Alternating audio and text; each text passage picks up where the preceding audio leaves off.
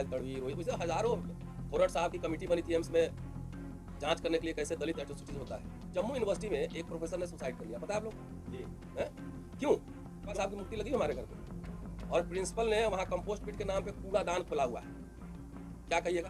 ब्राह्मण का घर अगर होता वो तो उसकी इतनी औकात होती, हिम्मत होती कि वहाँ पे कूड़ादान खोल दे, जबकि हम नहीं थे दिल्ली में रातों रात। मेरे खिलाफ झूठा ये महिला उत्पीड़न केस लगवाया गया है फर्जी, दो बार तो दोनों बार हरा दिया वहीं पे। आज तक रिपोर्ट नहीं दिया मुझे। Professor ship senior most teacher है, 18 से ड्यू है, अब मेरा फाइलिंग प्रोसेस नहीं हो रहा है। आज पता लगा है कि कहा जा रहा है कि केस की वजह से नहीं, तो कौन सा केस भाई? भारत के किस कानून में लिखा हुआ है कि अगर मेरे ऊपर एफआईआर है तो मेरा प्रमोशन नहीं होगा? तो मेरा एक काम करो ना, एफआईआर है तो मेरा सर्विस से टर्मिनेट कर दो ना, प्रमोशन का है रोको।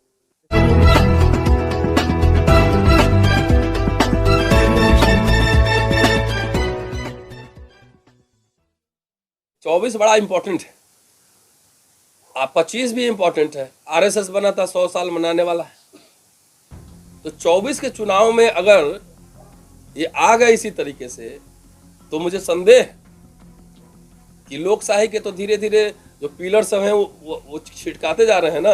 हो सकता है कहीं कॉन्स्टिट्यूशन ही ना कंप्लीट घोषणा ही कर दे।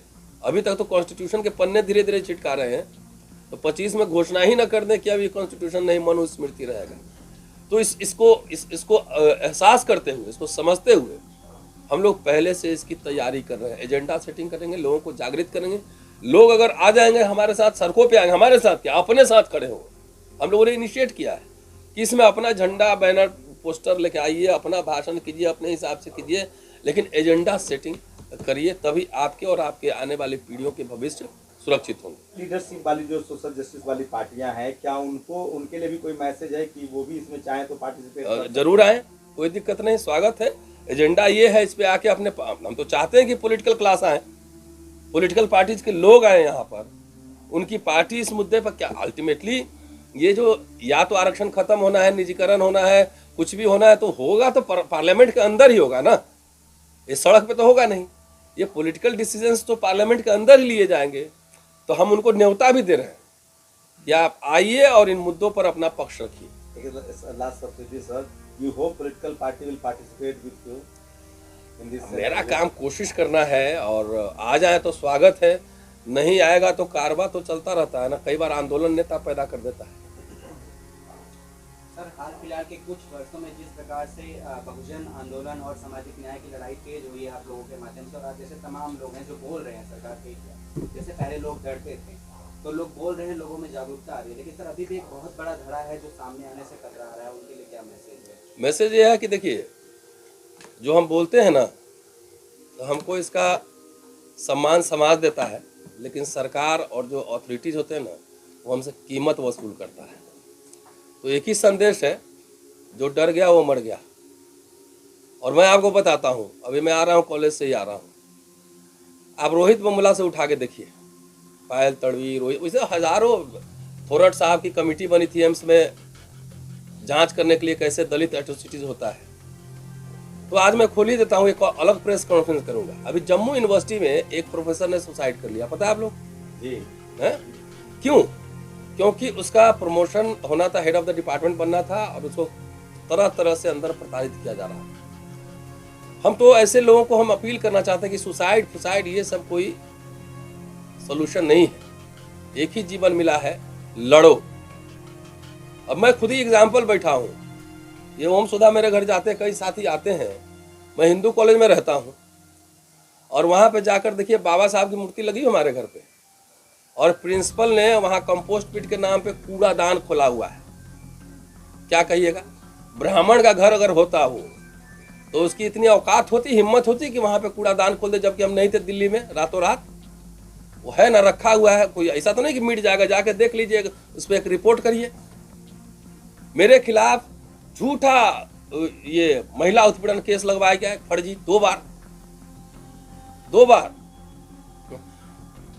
तो दोनों बार हरा दिया वहीं पे। आज तक रिपोर्ट नहीं दिया मुझे, 16 से लेके आज तक। शंभू ने स्टोरी भी की थी उस पर। छुट्टी मांग रहा हूं sabbatical, I am the senior, one of the senior most teacher of the college. 4 साल से छुट्टी मांग रहा हूं सबैटिकल लीव, कोई रिप्लाई नहीं है। हम एग्जाम्पल खाली दे रहे हैं और कैसे हम लड़ते हैं, उनसे रेसिस्ट करते हैं, कैसे चुनौती स्वीकार करते हैं, ललकार के लड़ते हैं। हम भागने वाले लोगों में से नहीं है। मेरा प्रोफेसरशिप सीनियर मोस्ट टीचर है 18 से ड्यू है, अब मेरा फाइल ही प्रोसेस नहीं हो रहा है। आज पता लगा है कि कहा जा रहा है कि केस की वजह से नहीं। तो कौन सा केस भाई?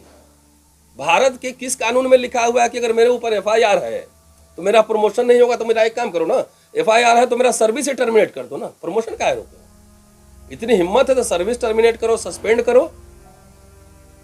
4 मुकदमे अभी भी लड़ रहा हूं हाई कोर्ट में। तो मैं ये कहना चाह रहा हूं कि जो लोग बोलने वाले लोग हैं, जो कॉलर अपना ऊंचा रखते हैं, सीना चौड़ा करके चलते हैं, नौकरी मिलना आसान है, स्वाभिमान के साथ काम कर लेना, नौकरी कर लेना बहुत मुश्किल है, कीमत चुकानी पड़ती है। So I am paying the cost. 4 मुकदमे हाई कोर्ट में है, अभी मेरा प्रमोशन रुका हुआ है, छुट्टी नहीं मिल रही है। प्रमोशन रुकने का मतलब क्या है कि मेरा एकेडमिक करियर आप खराब करने की आपकी मंशा है। प्रोफेसर रतनलाल जी, आप कहना ये चाह रहे हैं कि क्या अभी भी आज़ादी के 75 साल बाद भी इस देश में जाति के आधार पर SC ST OBC माइनॉरिटी के साथ भेदभाव हो रहा है? वो दोयम दर्जे के नागरिक हैं।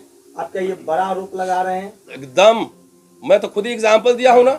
आप क्रॉस चेक कीजिए, जाइए यूनिवर्सिटी में, सबको VC को पता है, जाके पूछिए मेरा प्रमोशन क्यों नहीं हो रहा है। 10 किताबें प्रकाशित हैं, 13-14 रिसर्च पेपर पब्लिश्ड हैं, सैकड़ों भाषण देश के पूरे नामी ग्रामी विश्वविद्यालयों में है। किसी सवर्ण का इतना कंट्रीब्यूशन दिखाइए दिल्ली विश्वविद्यालय में, उनका हो गया। मैं तो एग्जाम्पल दे रहा हूं, देश के नामचीन कॉलेज में पढ़ाता हूं मैं। और इस संसद से कितना किलोमीटर मेरा घर है?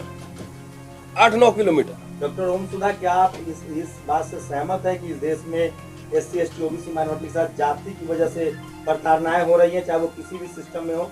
और आप खुद कह रहे हैं कि लोग डरे हुए हैं, तो कैसे बाहर निकलेंगे? हम 1 मिनट, हम बाहर निकल के आपसे बात कर रहे हैं ना। हिम्मत कोई टैबलेट नहीं होता है। कॉन्फिडेंस जो है वो सिरप और टैबलेट नहीं है कि खा लीजिएगा कॉन्फिडेंस आ जाएगा। आपकी लड़ाई है, आपकी लड़ाई अपनी लड़ाई नहीं है, मैं जानता हूं। वो इसलिए लड़ाई, मैं इसका कॉस्ट इसलिए पे कर रहा हूं कि समाज के मुद्दे को उठाता हूं। डॉक्टर ओम सुधा, क्या आप भी इनकी बातों को इंडोर्स करते हैं? बिल्कुल, ये तो हो ही रहा है इस देश में। जब आप सोचिए ना, मकान जाति के आधार पर दिया जा रहा है।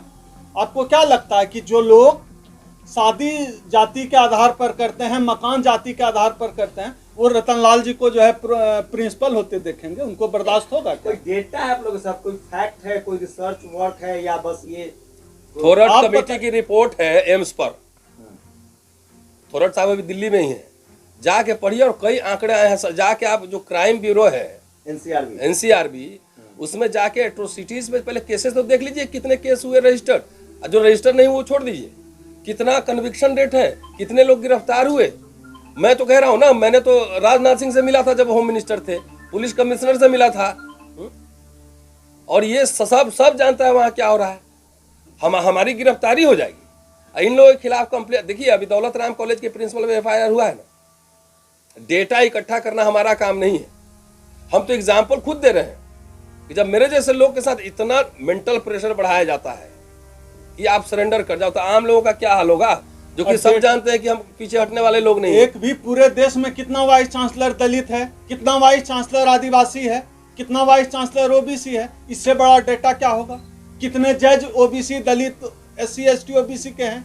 तो ये तो भेदभाव ही है ना। भेदभाव कोई अलग से होता है? क्वालिफाइड नहीं है यूनिवर्सिटी में, ये कि राज्यों के साथ भी ऐसा ही है, या कौन कौन से राज्यों में ऐसा हो रहा है? हर जगह है, सभी पार्टियों की सरकार में ऐसा है। आप एकदम डिग्री में वेरिएशन हो सकता है, कहीं कम होगा कहीं ज्यादा होगा, डिग्री में वेरिएशन हो सकता है।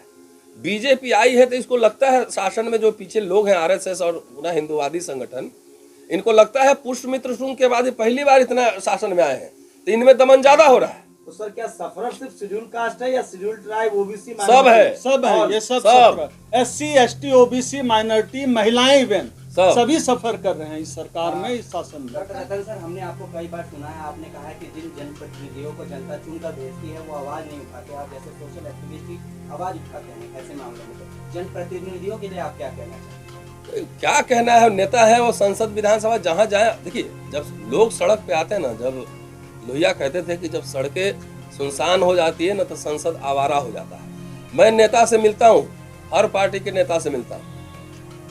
कभी अपने काम के लिए नहीं जाता हूँ कि मेरा ये करा दीजिए, मुझे वाइस चांसलर बनवा दीजिए, मुझे ये बनवा दीजिए। अपने काम के लिए नहीं जाता मैं, मुझे टिकट दे दीजिए, मुझे यहाँ मेंबर बना दीजिए, इसके लिए नहीं जाता। मैं जब भी मिलता हूँ नेताओं से तो समाज के काम के लिए, एजेंडा के लिए मिलता हूँ।